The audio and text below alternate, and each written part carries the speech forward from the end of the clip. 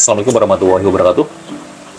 Kita berada di podcast Elvira TV yang ketiga dalam hal ini. Karena memang tadi sebenarnya ini kalau diterusin mungkin bisa berhari-hari Pak Haji ya.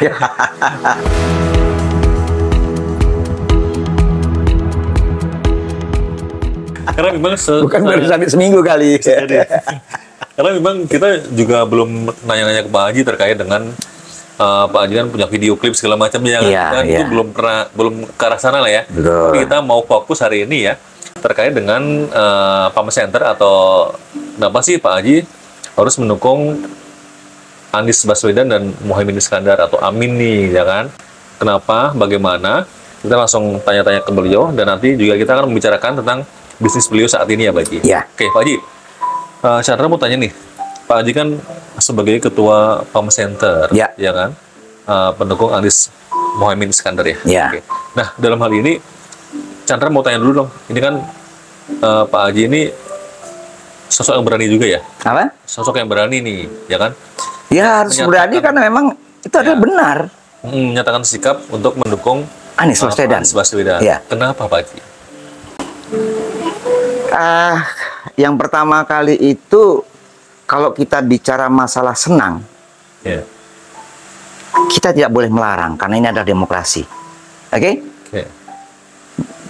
Jadi, tapi di luar itu memang kalau saya lihat dari beliau, Pak Anies Baswedan, satu, beliau ini wacananya, pola pikirnya, terutama nih ya, masalah agama beliau ini luar biasa, Mas. Luar biasa. Saya nanti kalau ketemu sama beliau, jujur saja, tanpa mikir saya akan sujud, akan peluk beliau. Itu yang pertama. Yang kedua, Mas, apapun bentuknya, kan di sini ada 3 paslon. Nomor satu adalah Pak Anies. Nomor 2 adalah Pak Prabowo dengan Pak Gibran. Nomor 3 Pak Ganjar Pranowo dengan Pak Mahfud. Mereka ini adalah putra-putra terbaik Indonesia. Apapun bentuknya, siapapun yang terpilih, walaupun saya ini pendukung Anies, ini berandai-andai. Entah nanti Prabowo yang terpilih, atau nanti Pak Ganjar yang terpilih, ya kita harus dukung, Mas. Itu yang pertama. Tapi saya yakin bahwa kalau memang pemilihan ini baik, benar, dan jujur, pasti Anies Baswedan akan menang. Ini dari konsep saya ya. Mungkin beda dengan orang lain, tapi silakan. Teman-teman ya, kalau kita lihat dari pidato-pidatonya Pak Anies ya, bahkan selama beliau itu menjabat sebagai seorang gubernur di Jakarta, dan Pak Haji juga istilahnya pernah lah menjabat sebagai pimpinan di Pertamina ya, dan juga CNG ini kan ya. Betul. Pasti yang namanya seorang pemimpin ya, mungkin Pak Haji itu, mungkin kalau saya tangkap dari pemikiran Pak Haji ya, seorang pemimpin yang baik Pak Haji ya. Seorang pemimpin yang baik itu pasti mengetahui semua permasalahan. Permasalahan. Dan istilahnya solusinya ada itu. Harus ada. Nah itu Pak Haji. Dan mungkin sosok Pak Anies Baswedan ini satu visi misi dengan Pak Haji dalam kepemimpinan nih Pak Haji. Apa gimana Pak Haji? Jadi begini, saya yang sangat kagum sama beliau ini. Pernah saya nonton di YouTube segala macam, dia berbicara masalah setiap pemimpin, apapun bentuknya, pasti akan terbentur dengan masalah kesulitan. Bahkan bukan cuma pemimpin, setiap manusia pasti akan ada permasalahan. Jelas ya? Nah, beliau pernah nyampaikan, kalau memang kita tuh jeli permasalahan ini, kita harus mencari solusi. Kita harus mencari way out-nya. Apa sih sebenarnya permasalahan ini? Ya. Kemudian apakah kita evaluasi, kita ini setelah kita dapat jalan keluarnya, way out-nya, baru kita implementasikan. Pada saat kita implementasikan itu, ada 2 kemungkinan. Bisa gagal, bisa berhasil.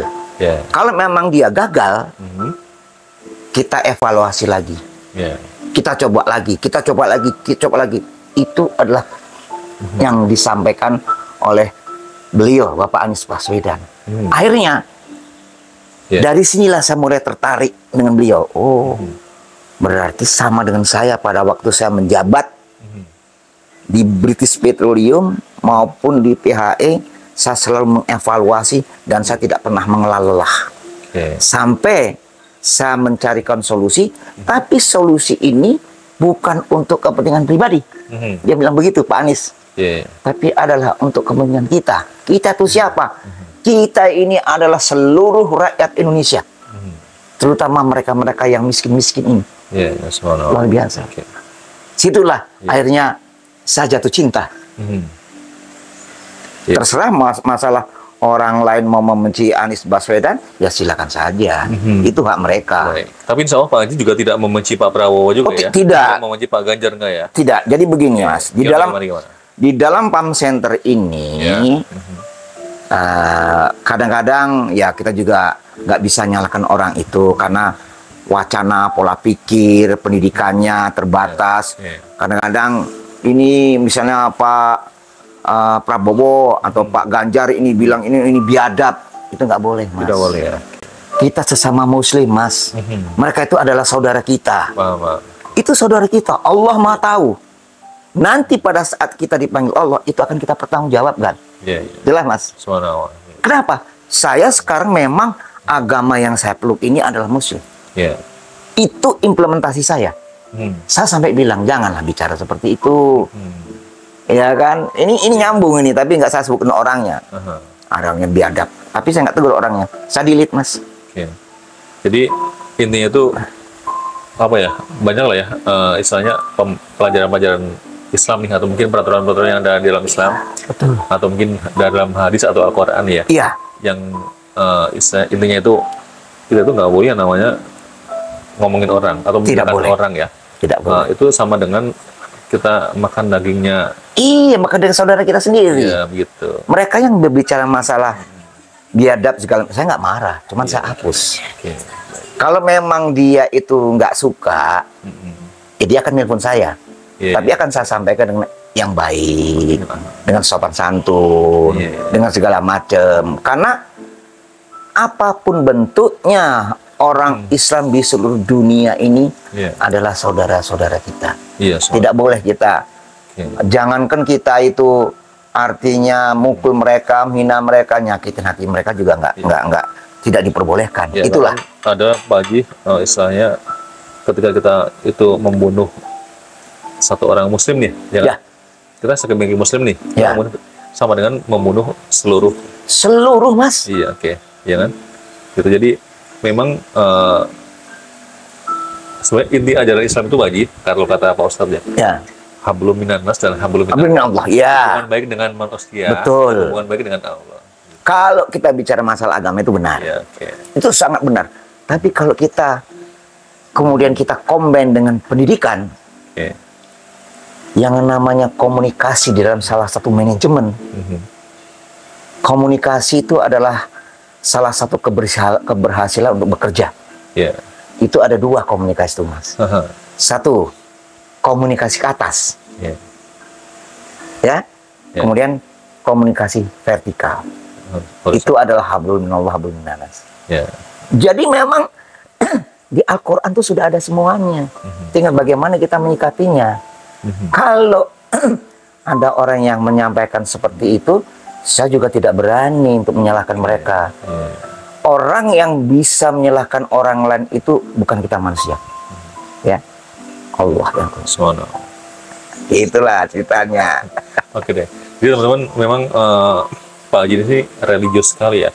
Wah, suatu ketika tuh beliau punya cita-cita ya, pernah punya cita-cita ya, ingin menjadi seorang pendakwah ya.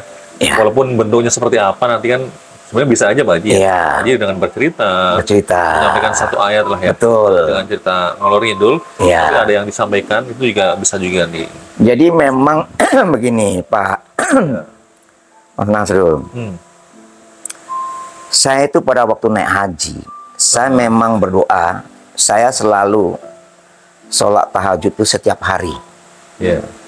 Sampai menjelang subuh saya sedang.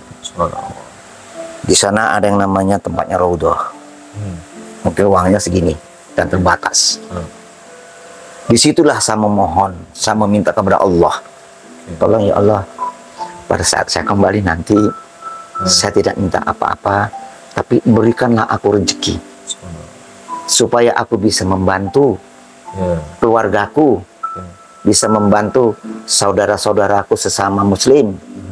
Ya, kalau memang ini sudah tercapai, saya mohon juga ya Allah, jangan kau cabut nyawaku sebelum hambamu ini bisa benar-benar mengerti konsep masalah agama Islam.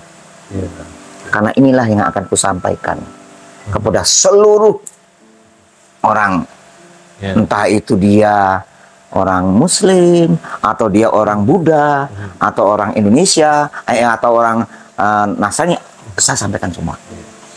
Berarti intinya Pak Haji itu istilahnya orang yang tahu konsep, jangan seperti Pak Anies tadi lah ya. Pak Anies itu kan istilahnya ingin membangun sebuah sistem yang baik ya Pak Haji, dalam sebuah negara ya. Seperti Pak Haji kan suka membangun sebuah sistem dalam perusahaan itu kan. Gimana sih biar ini keuntungannya tuh baik ya, peralatannya baik, kemudian SDM-nya baik, kemudian sistem caranya, alurnya dan komunikasinya juga baik. Itu gimana sih itu? Nah, ini Pak Haji satu visi misi dengan Pak Anies Baswedan tadi. Betul sekali. Nah Pak Haji, cerita dari tiba-tiba Pak Haji menjadi ketua PAM itu gimana? Tadi kan bukan Pak Haji kan, Pak Haji kan sekjen atau Jadi begini Mas, saya itu sebenarnya menjadi ketua itu memang saya tolak. Saya itu selalu memberikan kepada yang lebih muda kepada saya.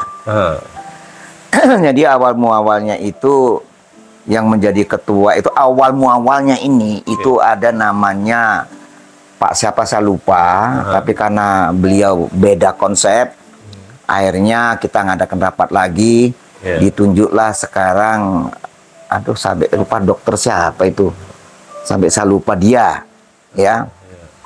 Cuman karena memang menurut saya sih dia nggak salah, ya kan. Cuma karena memang beda konsep, akhirnya muncullah yang namanya Pak Zainuddin. Nah, Pak Zainuddin ini memang datang pada waktu rapat sama dokter siapa, dokter Ferdinand. Nah, segala macam, akhirnya saya ngomong, Pak Zainuddin, saya bilang. Karena Pak Zainuddin bilang, ya gimana sih, itu Pak Ferdinand itu orang cuman mau nyokong uang berapa puluh juta, katanya duitnya banyak, kok nggak mau, udah Pak Edi saya aja deh. Nanti 10 juta saya transfer. Gitu ya. Oke, baik, kalau gitu gini aja, kalau memang sudah transfer, bagaimana kalau Pak Jai itu saya angkat menjadi ketua. Pak Edi, saya ini gini-gini, jangan takut, kan ada saya. Saya akan bimbing, saya akan arahkan, jadilah dia ketua. Tapi di tengah perjalanan, entah karena situasi, karena kondisi saya juga tidak berani menyalahkan, dia akhirnya keluar, dan dia sekarang jadi pendukungnya Prabowo. Itu. Oke? Iya. Begitu ini kan akhirnya kan di PAM Group itu siapa nih sekarang? Sempat ramai lah waktu itu lah ya. Istilahnya sempat tanda tanya besar lah. Tanda tanya besar. Karena sana itu. Waktu itu kan saya menjadi. Pak Haji juga legowo juga ya, karena memang itu menghormati pilihan beliau. Menghormati Pak. Saya itu memang. Ya, tidak benci lah ya. Oh tidak, ya? tidak. Saya akhirnya, aduh siapa nih yang jadi ketua PAM Center, saya lupa namanya. Jadi saya bilang tolonglah cari siapa jadi ketua PAM Center. Nah, tahu nggak dengan Pak Siswanto? Tahu. Yang apa? RW 05. Pengasahan untuk ngelas itu. Pengelasan di Kelapa Gading itu. Dia bilang, Japri kan. Udah Pak Edi, kita ngadakan pemilihan di ketua. Ya, tapi ketuanya boleh ya dari luar. Oh boleh. Yang penting dia memang harus konsisten, bisa menjadi role model, bisa jadi panutan. Saya sudah punya calon. Alhamdulillah. Kalau yang senang dong saya. Oke, kalau gitu kita ngadakan rapat pertemuan tanggal berapa, tanggal sekian. Tapi Bapak datang, saya undang semua. Yang datang itu adalah Pak Ustadz Toto Aluda, Hanafi, Mulyadi, Pak Siswanto waktu itu dia nggak datang. Saya, istri saya bilang, Pak Mulyadi, Waktu itu Pak Mul kan masih wakil saya. Yeah. Pak Mul, mana Pak Siswanto ini? Kok nggak datang? Sudahlah Pak Edi, walaupun Pak Siswanto itu nggak datang, pasti nanti yang dicalonkan oleh Pak Siswanto itu pasti hadir. Percaya sama saya. Ya saya seneng dong. Tapi ditunggu semenit, 2 menit, 3 menit, sampai 15. Mana Pak Mul? Rupanya dia WA nih sama Pak Siswanto. Oh gitu. Udah Pak Mul. Pandik tuh. Iya Pandik, sampaikan aja. Mana nih Pak Mul? Yang jadi pengen ketua ini, jangan berlama-lama dong. Ya udahlah kalau gitu sekarang ini ada pesannya Pak Siswanto. Mana yang jadi ketuanya? Tahu nggak yang jadi ketua siapa? Yang jadi ketua ini kalau menurut Pak Sis dan kami memang sudah setuju semua adalah Bapak Haji Edi Haryanto. Saya diam kan? Ini sebenarnya maksudnya gimana ini? Saya mengharapkan yang jadi ketua itu jangan saya lah. Jujur saja saya bilang, karena saya ini di mana-mana nih sudah menjadi ketua. Saya bilang. Udah sering lah loh. Sudah sering, karena dulu waktu tahun 2012 kan kalau sekarang namanya LMK ya, Lembaga Musyawarah Kelurahan. Dulu namanya Dewan Kota. Saya kan menjadi ketua Dewan Kota Jakarta Utara. Oh iya, oke, ya kan? Aduh, gimana? Udahlah Pak Edi gini-gini. Ya sudah, sampai Pak Toto udahlah Pak Edi. Jadi kamu ini sudah sekongkol, ketawa mereka. Kalau memang seperti itu. Berarti mereka udah berlobby-lobby lah ya? Sudah melobi, mereka ini sudah ngomong. Bener Pak Haji enggak? Cuma dia nggak tahu kan, japri-japri kan. Kata Pak Sis, orangnya gimana? Oh dia memang pengusaha Pak Edi. Sudah itu agamanya luar biasa. Wacananya gimana? Sama Pak Edi dia sudah keluar negeri, bahasa Inggrisnya keren Pak Edi. Ya kan? Wah bagus bener orang ini katanya. Bagus lah Pak Edi katanya. Sosoknya udah kayak Anies Baswedan. Keren, mantap segala macam. Iya kan, seneng lah saya kan. Bukannya saya terus benci, tidak. Seneng saya. Ujung-ujungnya kasih enduk lagi. Yang jadi ketuanya kami sudah setuju semua Pak Edi adalah Haji Edi Haryanto. Kaget saya. Berarti pada waktu itu tidak ada yang namanya dalam hal ini pengocokan. Nggak ada sama sekali. Terserahlah mau dibuat bagaimana untuk jadi ketua ini, saya silahkan. Mau dari luar juga boleh. Yang penting itu dia amanah. Yang penting aklamasi ini lah ya. Aklamasi. Tidak ada 50. Nggak ada 50, nggak ada. Kenapa? Karena mereka ini penasehat Pak Siswanto, Pak Toto ini. Ya sudah, karena memang ini artinya. Tapi sampai debat lama ya, ada kira-kira 15 menit ya kan, saya tolak, nggak bisa Pak Edi gini-gini. Siapa gini? Kalau nggak gini aja deh. Gimana kalau Pak Mul aja jadi ketua? Saya bilang, ya nggak bisa lah Pak Edi, gimana? Masa saya jadi ketua? Ya kan Pak Mul kan, saya bisa Pak Edi gitu, tapi untuk berbicara tegas kayak Pak Edi, saya nggak mampu. Masalahnya kenapa? Saya masih ada perasaan nggak enak. Gini-gini. Aduh susah sih. Apalagi Pak Toto, nggak mau saya. Ya kan, saya nggak bisa kayak Pak Edi. Kalau Pak Edi kan orangnya tegas, tak. Pak Edi itu keren orangnya. Rupanya mereka ini sudah kong kali kong di luar saya dijapri sama mesin japri. Itulah. Tanpa sepengetahuan Pak Haji. Tanpa sepengetahuan saya. Itulah ceritanya, Mas Nasrul. Alhamdulillah ya. Dan semuanya akhirnya. Ini kan tanggal 10 Februari ya, Insya Allah ya. Apanya? Nanti 10 Februari itu kan ada acara nih di JIS ya. Gimana nih PAM mau datang ke sana Pak? Jujur begini, memang ada acara dan memang yang namanya di situ ada namanya Dr. Robi. Dr. Robi ini di luar struktural saat ini, sebenarnya dia sangat dekat sama Pak Anies Baswedan. Apa kata Dr. Robi, Pak Anies Baswedan selalu iya. Kenapa? Karena beliau ini adalah ketua kaum muslim seluruh Jakarta. Ya, agamanya luar biasa, Pak. Jadi dia memang ngundang saya. Saya bilang, Pak Dokter, insya Allah saya hadir. Pokoknya abangku harus hadir. Cuman kan begini, Pak Dokter, kan tahu sendiri. Saya ini kan banyak yang harus saya selesaikan ke masalah bisnis, bla bla bla bla. Itu tinggalkan aja. Ya saya sih maunya begitu, cuman kasihan teman-teman. Teman-teman itu sangat mengharapkan saya bilang. Sampai tahu nggak Pak Dr. Ruby, yang namanya Profesor Hamdan Daniel, yang dia orang Malaysia, itu mengharapkan saya. Kebetulan nanti tanggal 30 bulan ini, dia hadir. Kan ada Pak Robi kan? Sehingga Pak Robi ingin membuat suatu deklarasi di kampus di Bandung, karena beliau ini dosen di mana-mana. Dr. Robi ini. Dan Pak Profesor Dr. Hamdan Dhanil ini akan membawa kru reporter dari Malaysia. Kenapa sebabnya? Karena di Malaysia ini itu masih ada orang-orang Indonesia yang berkisar antara 3.000, ya, yang berkisar antara 3.000 4.000 yang legal. Tapi kan ada yang ilegal. Oh iya juga ya. Saya juga itu kalau diperkirakan ilegal itu bisa milih nggak? Ya bisa lah. Punya KTP ya? Bisa. Oh iya. Bisa. Gitu. Nah, kebetulan yang namanya Bapak Profesor Hamdan Dhanil ini adalah beliau juga seorang entertain. Beliau juga dosen. Ya, dia juga pebisnis. Ya kan? Jadi nyambung semuanya. Berarti nanti ketika beliau hadir ke sini di podcastin lah ya, Pak Haji wawancara. Boleh. Ya. Kalau dia kesini boleh, karena nanti ada saya, ada Profesor Dr. Hamdan Dhanil, ada reporter dari Malaysia. Oke, benar. Jadi kita buat seperti ini nanti. Kita fasilitasi. Tinggal Mas Nasrul kapan mau datang. Ya, itu undang aja. Chandra, udah hadir nih tamunya nih. Siapa itu? Keren itu. Biar nanti terpublikasi sampai ke Malaysia. Benar ini, benar. Gitu. Jadi ini ide yang disampaikan oleh Mas Chandra ini ide yang tiba-tiba, tapi idenya luar biasa. Luar biasa, Mas Chandra. Baik, Pak Haji. Terlalu, Pak Haji. Ini Pak Haji kan dari tadi ngomongin sibuk. Ini Pak Haji saat ini tuh sedang ada bisnis apa sih, Pak Haji? Kalau dulu kan CNG, ya. Dulu anak kan ya. Ya.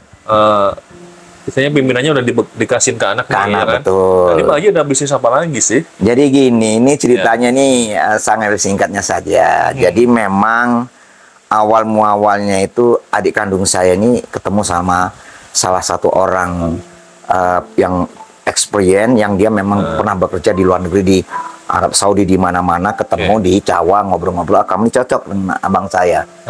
Cerita-cerita akhirnya namanya Pak Maulana ini, dia kenal sama Bu Titi. Bu Titi ini kenal sama yang namanya Pak Sutedi sama Pak Fahrur. Dapat cerita juga, dia mencari figur seorang pemimpin yang benar-benar dapat masukan dari kalau kamu mau sama Pak Edi, katanya. Bu Tati taunya dari Pak Edi ini, emang pernah Bu Tati udah ketemu? Belum. Taunya dari siapa? Dari Pak Maulana. Ada nggak nomor teleponnya? Dikasihlah nomornya teleponnya ke Pak Maulana. Ditanyalah sama Pak Maulana, emang Pak Maulana sudah pernah ketemu sama Pak Edi? Belum. Lah kok tahu? Saya dapat cerita dari adiknya, namanya Andi, adik saya. Jadi berjalan itu. Akhirnya dia langsung datang, dia percaya, datang ke Kelapa Gading di hotel wisata. Saya belum kenal, saya di WA sama Pak Maulana. Kando, itu ada tamu dari ini pengen ketemu, saya WA nomornya nih. Ya Pak, ya saya namanya Pak Sutedi Pak, ini Pak Edi ya. Pak Edi kalau memang berkenan ada waktu datang dong ke hotel ini, saya tunggu di lobi. Datanglah saya, diantar istri saya kan, hotel wisata Kelapa Gading. Singkat kata, dari informasi ini akhirnya dia mendeklarasikan saya sebagai direktur utama. Terus? Biasanya orang diangkat sebagai direktur utama tuh seneng kan, tapi buat saya nanti dulu loh. Iya kan, entar dulu saya bilang. Saya tanya nih, apa sekarang job desk saya? Ya kan, apa tugas kewajiban Pak saya? Haji bukan nanya berapa bukan ya? Oh, enggak dulu. Dulu ya. Tugas saya apa dulu? Tugas apa sih gitu? Takutnya kan saya nggak bisa ngejalanin kayak gitu. Iya, takutnya saya nggak bisa menjalani. Kalau misalnya nih tugasnya jelas dan saya bisa dibantu lah itu. Nah itu ya. Dia kasih tahu ini gini. Memang saya kalau di bidang masalah travel ternyata memang saya nggak pengalaman. Tapi kan, teman-teman, kita lanjut ke part berikutnya ya. Pokoknya ini teman-teman, kita udah ngomongin bisnis ya harus fokus ya. Ya.